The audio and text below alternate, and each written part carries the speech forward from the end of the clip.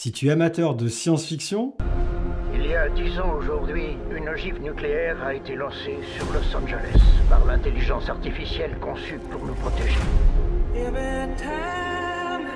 Il s'agit d'un combat pour notre propre survie. si tu as trouvé le remake de Dune par Denis Villeneuve un peu trop mou, Mais les IA développent une arme surpuissante. Exécutez-la. Ou nous disparaîtrons. si tu penses comme moi que Rogue One est le meilleur Star Wars comparé aux deux dernières trilogies,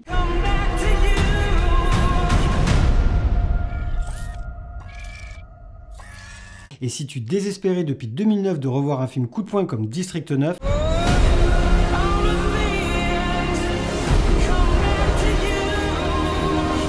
cette vidéo est faite pour toi.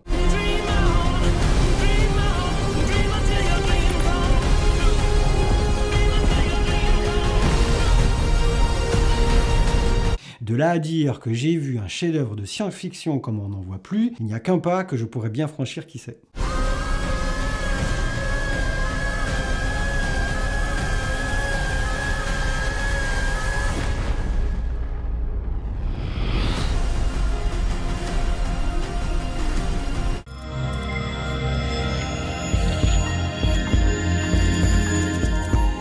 Salut les amis et bienvenue à tous, j'espère que vous allez bien. Je vous retrouve pour une nouvelle vidéo ciné, la seconde après mon petit échauffement sur le trailer d'Aquaman 2 qui sortira sur nos écrans le 20 décembre prochain. Si vous ne l'avez pas encore vu, je vous mets le lien juste là du trailer. Comme vous avez pu vous en rendre compte sur la vignette de la vidéo, je vais vous parler de The Creator, une épopée futuriste de haut niveau sortie ce mercredi 27 septembre sur nos écrans et que je mourais d'impatience de découvrir depuis des mois. Lorsque les premières affiches sont sorties il y a environ 4 mois, j'ai cru qu'il s'agissait d'un nouveau spin-off de Star Wars réalisé par Gareth Edwards, celui-là même qui était aux manettes du spin-off Rogue One sorti en 2016 et qui reste aujourd'hui pour moi le meilleur film de la franchise comparé à ces deux dernières trilogies. Sûrement que la mise au second plan des sempiternels pouvoirs de la Force y est aussi pour quelque chose. L'affiche faisait clairement de l'œil à tous les fans de l'univers de George Lucas avec un robot en premier plan qui faisait vraiment penser au robot 3B3 de Star Wars, mais voilà que tombent quelques semaines plus tard les premiers trailers et la grosse claque. Je vous mets le lien vers la dernière bande-annonce juste là et en commentaire de la vidéo. Si vous ne l'avez pas encore vu, vous allez voir, vous allez en prendre plein les yeux.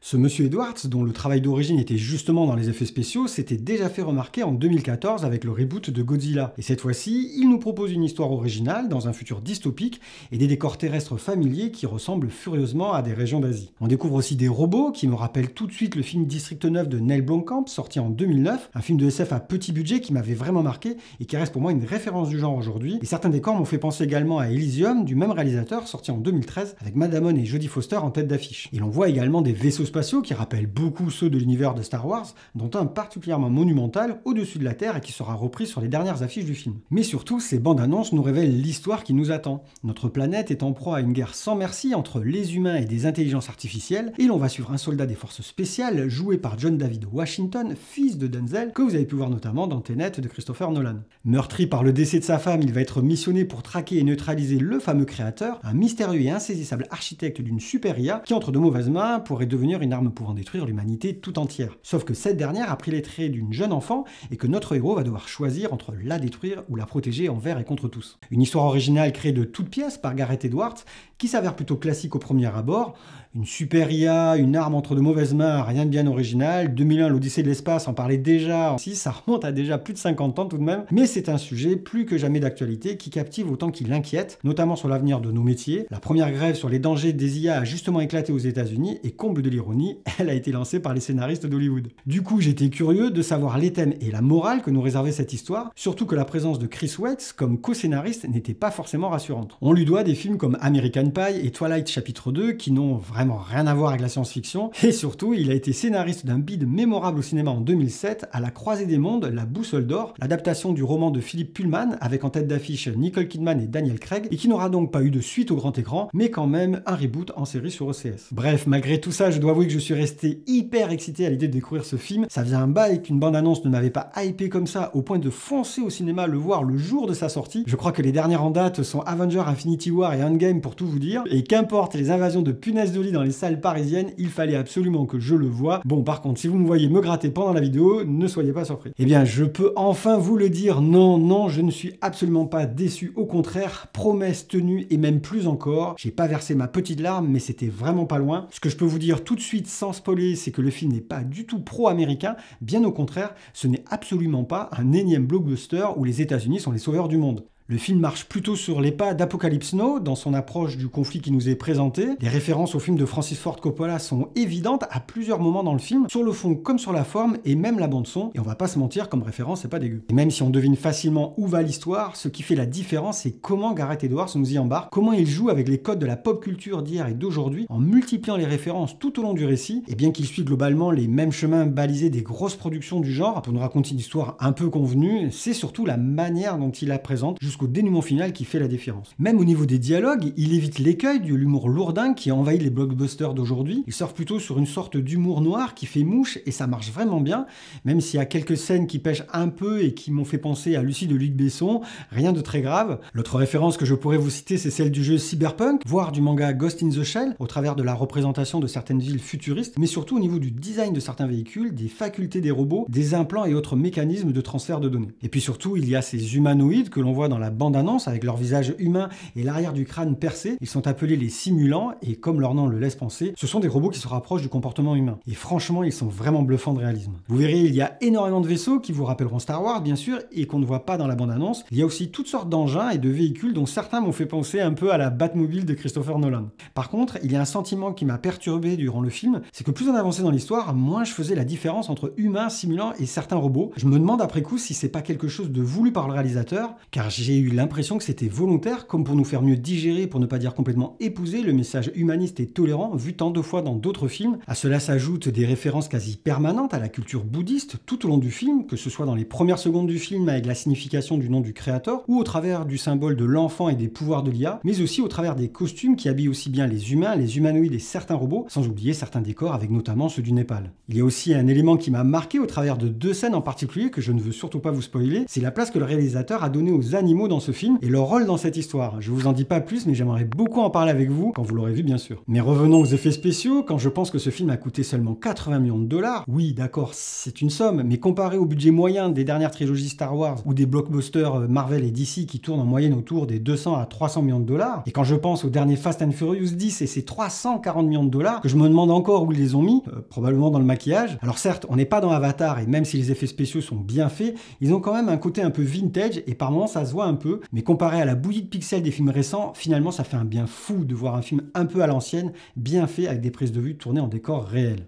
Quand en plus on sait comment ils ont travaillé avec des caméras plus petites, moins puissantes, plus faciles à transporter et à manipuler et une équipe restreinte pour leur prise de vue en Thaïlande et au Népal, quand on voit le résultat, c'est vraiment bluffant. Franchement, merci Gareth Edwards de montrer que ce n'est pas les budgets pharaoniques avec des CGI à gogo qui assurent un bon film, la preuve avec ce créateur qui est vraiment magnifique, comme quoi avec des idées, de la créativité et une bonne direction artistique, on peut faire un beau film cohérent et efficace. Espérons que cela donne des idées aux gros studios hollywoodiens. Sinon le film témoigne aussi de l'admiration qu'a le réalisateur pour l'Asie, pour sa culture, ses paysages et sa population mêlant modernisme et tradition. Le réalisateur nous offre des panoramas incroyables à la limite du contemplatif, tout en attardant son regard sur plein de petits détails que beaucoup de blockbusters ne prennent absolument pas le temps de nous montrer. Il s'attarde sur des regards, des visages, des gestes simples parfois, pour nous plonger méticuleusement dans son univers et dans sa vision. C'est vraiment ce qui fait que ce film est différent et qu'on est devant une vraie proposition d'auteur. Je me demande même si le chapitrage qui séquence les différentes étapes du film n'est pas là pour appuyer encore plus le trait, un peu comme si The Creator était l'adaptation d'un roman. Oh, et où avais-je la tête? J'allais oublier de vous parler du casting. Commençons par John David Washington dans le rôle principal. Il assure bien le rôle, je l'ai trouvé plus convaincant que dans Tenet et plus expressif même, mais il ne m'a pas non plus particulièrement marqué. La faute peut-être au doublage français, car j'ai vu le film en VF. J'ai trouvé que son interprétation manquait d'intensité et peut-être même un peu de folie. En prime, sa relation avec l'IA aurait pu être un peu plus approfondie pour mettre un peu plus l'accent sur la dimension dramatique de l'histoire. Idem pour Gemma Chan, que vous avez pu voir dans Les Éternels de Marvel et qui joue l'épouse de Joshua. Si elle tient une place très importante dans la trame de l'histoire, son rôle reste secondaire et ne permet pas vraiment de juger de sa performance. Non, le premier personnage qui m'a marqué, c'est celui joué par Allison Janney, qu'on a pu voir dans American Beauty par exemple. Elle joue une chef d'escouade ferme et déterminée et très loin des stéréotypes du genre, vous verrez.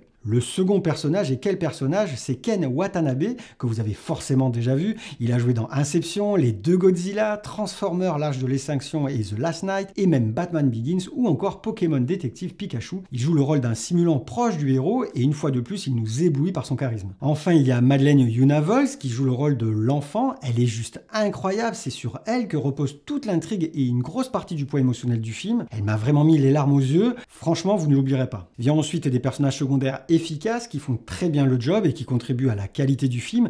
Il y a notamment Ama Chadha Patel, vu dans La Roue du Temps sur Amazon Video, ou Willow sur Disney+, qui joue le rôle d'un policier simulant. Et puis il y a Mark Menchaca qui collectionne les rôles dans des séries populaires comme Manifest, Ozark, The Sinner ou encore Homeland pour ses participations les plus notables, et qui joue le rôle d'un soldat américain bourrin à la perfection. Il faut aussi que je vous parle de la musique du film. C'est tout de même le grand Hans Zimmer qui est aux commandes. Faut-il encore le présenter? Beaucoup s'accordent à dire qu'il est le plus grand compositeur de musique de film de notre époque, avis que je partage d'ailleurs. On lui doit la bande-son d'Interstellar, de Gladiator, de Dune et j'en passe. Vous en déduirez facilement qu'on a donc droit à une bande-son de qualité et super efficace. Sans égaler non plus ses plus grandes réalisations, on retrouve bien sa patte et surtout on constate que lui aussi s'est inspiré par moments d'Apocalypse Now. Si j'avais quelques reproches à faire à ce film, en plus des quelques facilités du scénario et quelques rares dialogues un peu légers et qui font un peu tâche au milieu de cette excellente réalisation, je regrette surtout que le film ne s'attarde pas plus sur l'origine du conflit. C'est un peu expéditif au début du film et je regrette surtout que la relation entre le héros et Lia ne soit pas plus approfondie. Le film dure 2h13, on ne les voit absolument pas passer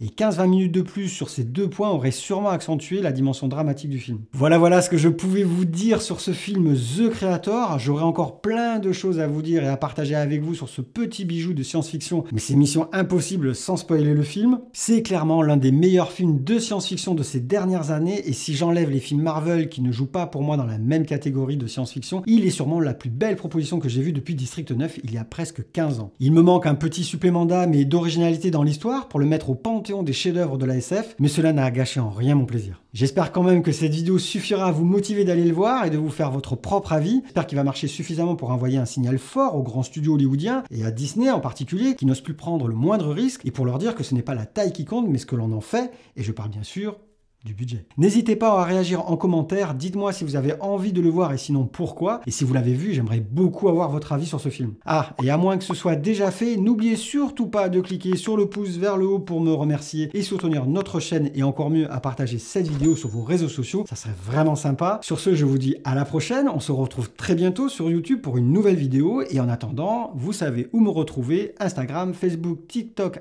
@simplementjc et sur mon site internet simplementjc.fr. Prenez soin de vous. Ciao, ciao, à la prochaine.